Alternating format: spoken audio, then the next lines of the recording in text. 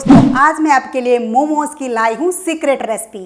और ये जो सीक्रेट रेसिपी है ना, रेडी वाले भैया ने ही मुझे सिखाई है जो मोमोज बनाते हैं।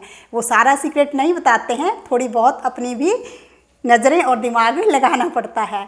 तो आप वीडियो को पूरा देखिएगा, बहुत सारे टिप्स और ट्रिक्स देने वाली हूँ। चुपके से जो सीक्रेट इंग्रेडिएंट है वो क्या डालते हैं उसमें, वो सब आपको बताऊंगी। और आपके जो मोमोज हैं 100% बनेंगे रेडी स्टाइल। तो दोस्तों मोमोज बनाने के लिए हमें चाहिए मैदा। मैंने यहाँ 2 कटोरी मैदे की ली है। इसमें डाल लीजिए 1/4 छोटा चम्मच नमक का, मिक्स कर लीजिए। और अब इसमें डालेंगे देखिए थोड़ा सा बेकिंग पाउडर, 1/4 छोटा चम्मच। मिक्स करेंगे इसको अच्छी तरह से, ये बढ़िया से मिल जाने चाहिए। जब ये अच्छे से मिल जाएं तब इसमें आप पानी डालिए। लेकिन देख सकते हैं आप कि थोड़ा थोड़ा करके पानी डालना है। ये मेन जो आपका रहता है ना मोमोज का आटा, उस पर पूरा ध्यान देना है आपको। ये देखिए पानी डालने का तरीका देखिए आप, और आटे को गूंदने का भी तरीका नोटिस कीजिए। ऐसा नहीं कि खूब सारा पानी फटाफट से डाला और लो जी आपका आटा हो गया तैयार, बिल्कुल भी नहीं करना है। अगर मार्केट वाला स्टाइल चाहिए तो आपको देखिए इसी तरह से सख्त आटा तैयार करना है। और मैंने देखा है बहुत से लोग इसमें तेल भी डालते हैं, बिल्कुल भी नहीं दोस्तों। अगर आपको स्ट्रीट स्टाइल चाहिए तो तेल नहीं डालना है, बस इसी तरह से दबा दबा कर सख्त आटा तैयार करना है। 7 से 8 मिनट मैंने आटे को दिए हैं। बस मेन जो आपका टाइम लगेगा ना आटे को गूंदने में ही लगेगा, आगे तो बहुत आसान है। और अभी आपको लगेगा कि इसमें हल्के से क्रैक्स हैं आटे में, तो ये लगने दीजिए क्योंकि सख्त है इसलिए आपको ऐसा लगेगा। अब थोड़ा सा तेल इस पर लगाइए और तेल लगाने के बाद इसे पन्नी में रैप कर लीजिए। अगर आपके पास क्लिंगर रैप है तो वो भी आप यूज कर सकते हैं। अब आधे घंटे का इसको रेस्ट दीजिए। तो दोस्तों मैदे में जब भी आप बेकिंग पाउडर डालते हैं ना, तो होता ये कि मोमोज बनते हैं एकदम सॉफ्ट मार्केट के जैसे, और वाइट यानी सफ़ेद भी बनते हैं। बहुत से लोग कहते हैं हमारे मोमोज जो हैं बनने के बाद सफ़ेद नहीं होते हैं। तो बेकिंग पाउडर डालना है, बेकिंग सोडा नहीं डालना है, और ज़्यादा भी नहीं डालना है। जितना बताया गया है उतना ही डालिए। और अब हम बनाएंगे स्टफिंग। तो स्टफिंग बनाने के लिए मैंने 2 मीडियम साइज़ के लिए हैं प्याज। इसे हम बिल्कुल बारीक बारीक काटेंगे। आप चाहें तो चॉपर से चॉप भी कर सकते हैं, लेकिन असली मज़ा तो इसी तरह से आएगा जब आप बिल्कुल बारीक बारीक इसे काटेंगे। मार्केट में भी इसी तरह से काटा जाता है, अगर आपने नोटिस की होगी बात। लेकिन कैबेज यानी कि पत्ता गोभी को हम मोटी साइड से कद्दूकस करेंगे, बारीक वाली साइड से नहीं करना है, ठीक है? नहीं तो फिर बहुत ज़्यादा पानी छोड़ती है। आप चाहें तो प्याज के जैसे चॉप भी कर सकते हैं, लेकिन मेहनत ज़्यादा लगेगी। और इसी तरह से 2 मैंने मीडियम साइज की गाजर कद्दूकस की है। इसमें डाल लीजिए आधा छोटा चम्मच नमक का, मिक्स कर लीजिए अच्छी तरह से और इसे ढक कर 15-20 मिनट के लिए रख लीजिए। पत्ता गोभी और गाजर जो है ना पानी छोड़ती है, इसलिए इन्हें हमने इकट्ठे इस तरह से रखा है। अब 20 मिनट के बाद आप कोई भी कॉटन का कपड़ा लीजिए, या इस तरह से आप नेट वाला बैग भी ले सकते हैं। इसमें मैं वेजिटेबल स्टोर करती हूँ फ्रिज में रखने के लिए। जो मार्केट वाले हैं वो क्या करते हैं कि प्याज जिसमें आता है ना प्लास्टिक वाली थैली में, उसी में ये निचोड़ते हैं क्योंकि उनके पास ज़्यादा क्वांटिटी होती है। अब ये देखिए कितना सारा पानी इसने छोड़ा है। इस पानी को फेंकिएगा नहीं, इस पानी को आप दाल में डाल सकते हैं, सब्जी में डाल सकते हैं, या आटा भी गूंद सकते हैं। तो बस अब आप इसे निकाल कर किसी बड़े बाउल में डाल लीजिए, क्योंकि इसमें अब हम डालने वाले हैं प्याज जो हमने बारीक काटा है, और बारीक कटी हुई हरी मिर्च, बारीक कटा हुआ अदरक बिल्कुल बारीक चॉप है, और ये है लहसुन। अदरक और लहसुन इसमें ज़्यादा डाला जाता है। आधा छोटा चम्मच डाल दिए नमक का, नमक हमने पहले भी डाला था। अब थोड़ी सी डाल दीजिए काली मिर्च का पाउडर, और थोड़ा सा डालेंगे गरम मसाला, साथ में डाल लीजिए थोड़ी सी रेड चिल्ली पाउडर, और 1 चम्मच डाल लीजिए विनेगर यानी कि सिरका।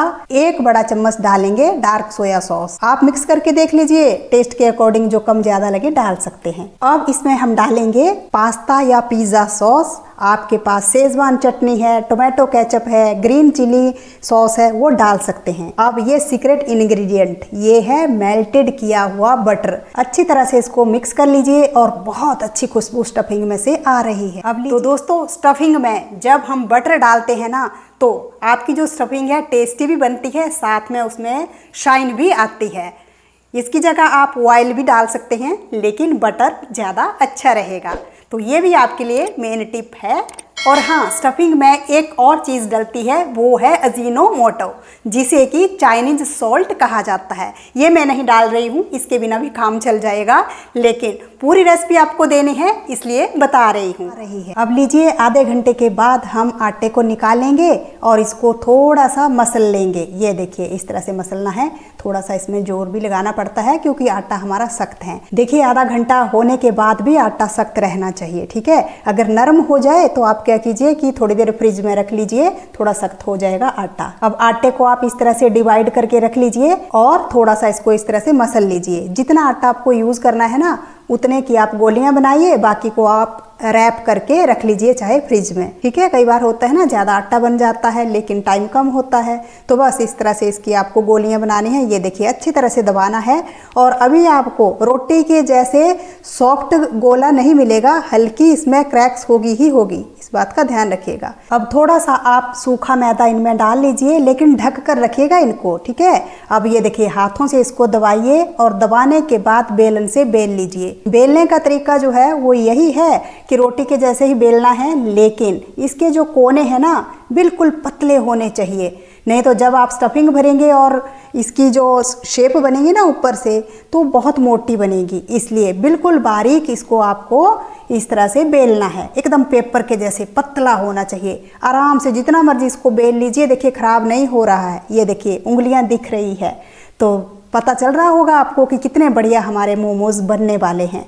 ये लीजिए, बिल्कुल ख़राब नहीं होगा। इस तरह से मैंने देखिए बना कर रख ली है, एक दूसरे से चिपकेगी भी नहीं। परफेक्ट हमारा डो बना हुआ है। और इसमें बेलते टाइम आपको तेल नहीं लगाना, सूखा मैदा लगा लीजिए ज़रूरत हो तब। अब स्टफिंग भर लीजिए और ये देखिए, एक प्लेट डाली, दूसरी डाली, दोनों को मिला लीजिए। बहुत आसान तरीके से बता रही हूँ। अब क्या हुआ, इकट्ठी हो गई ना। अब एक अंगूठे से स्टफिंग को दबाते रहिए और उंगली से प्लेट डालते रहिए। एक साइड को कुछ भी नहीं कर रहे हैं, बस पकड़ा हुआ है इसको, बस आगे आगे इस तरह से प्लेट डालते रहिए। और दो तरीके मैं आपको बताऊंगी, ये पहला है। अब लास्ट में आपको इस तरह से इनको दोनों कोनों को मिला लेना है। ये देखिए कितना आसान है और बहुत ही ज़बरदस्त हमारे मोमोज बनने वाले हैं, यकीन कीजिए। अब एक और मैं आपको दिखा देती हूँ। तो देखिए, अगर आपको लगे कि थोड़ा मोटा है तो इसे आप दोबारा से बेलन से बेल भी सकते हैं। अब स्टफिंग भर लीजिए। ये देखिए, इस तरह से प्लेट्स डालनी है इसमें, और जैसे पहले हमने बनाई ना, वैसे ही बना लीजिए। एक साइड से कुछ भी नहीं करना है, दबाते रहना है अंदर को और बाहर से प्लेट डालते रहना है। अब लास्ट में क्या करना है, इसको पेस्ट कर लेना है। ये देखिए, सिंपल रहने दीजिए। ज़रूरत है तो आप पहले के जैसे दोनों कोनों को मिला लीजिए, नहीं तो ऐसे भी डिज़ाइन होता है। और डिज़ाइन जो है ना, प्रैक्टिस से आता है, तो डिज़ाइन की टेंशन नहीं लेनी है, बस टेस्ट अच्छा होना चाहिए। अब छन्नी को इस तरह से ग्रीस कर लीजिए, जिसमें हम इन्हें स्टीम करेंगे। तो देसी तरीका है कि आप इस तरह से छन्नी ले सकते हैं, नहीं तो स्टीमर है तो स्टीम इसे आप कर लीजिए। ये देखिए, मैं स्टीमर में रख रही हूँ। पानी पहले से गर्म होना चाहिए, इस बात का ध्यान रखिए। 2 मिनट हाई फ्लेम कर लीजिए और फिर 15 मिनट ढककर इसे मीडियम फ्लेम पर स्टीम कीजिए। ये देखिए, मैंने देसी तरीके से भी बनाया है कढ़ाई में, और ये स्टीमर है। स्टीमर में थोड़ा सा जल्दी स्टीम हो जाता है।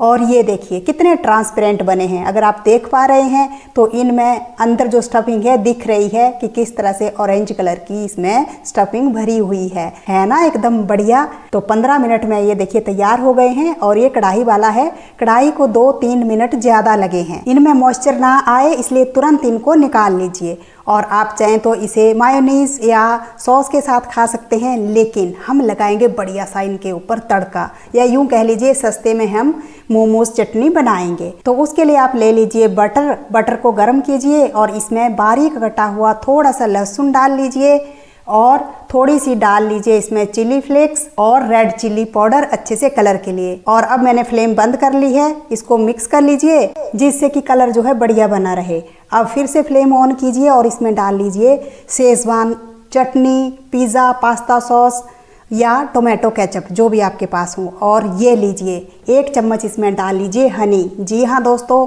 शहद डालने से इस चटनी का जो टेस्ट है ना, 1 गुना 2 गुना नहीं 100 गुना बढ़ जाता है। अब मिक्स कर लेंगे और आप चाहें तो इन्हें डिप कर कर खा सकते हैं, लेकिन इस तरह से देखने में अच्छे लगेंगे तो ऊपर से मैं पोर कर रही हूँ। और आप चाहें तो इनके ऊपर स्प्रिंग अनियन थोड़ा थोड़ा डाल सकते हैं, लेकिन मैं डाल रही हूँ थोड़ा थोड़ा हरा धनिया बारीक कटा हुआ। तो दोस्तों मेरा वीडियो आप दुनिया के किस कोने से देख रहे हैं प्लीज़ कमेंट करके बताइए, जिससे मैं आपका धन्यवाद कर सकूं और मुझे आपकी सपोर्ट की भी ज़रूरत है। प्लीज़ वीडियो को लाइक और शेयर कीजिएगा। और ये लीजिए, है ना एकदम ज़बरदस्त। और देखिए कितने आसानी से टूट रहे हैं, बिल्कुल भी खींचने नहीं पड़ रहे हैं। तो अब मेरे तो मुँह में पानी आ रहा है, मैं फटाफट से आपको टेस्ट करके बताती हूँ। तो ये लीजिए दोस्तों, एकदम ज़बरदस्त बने हैं। तो प्लीज़ अगर आपने चैनल को सब्सक्राइब नहीं किया है, चैनल को सब्सक्राइब करके जाइएगा। और वीडियो देखने के लिए आपका दिल से धन्यवाद।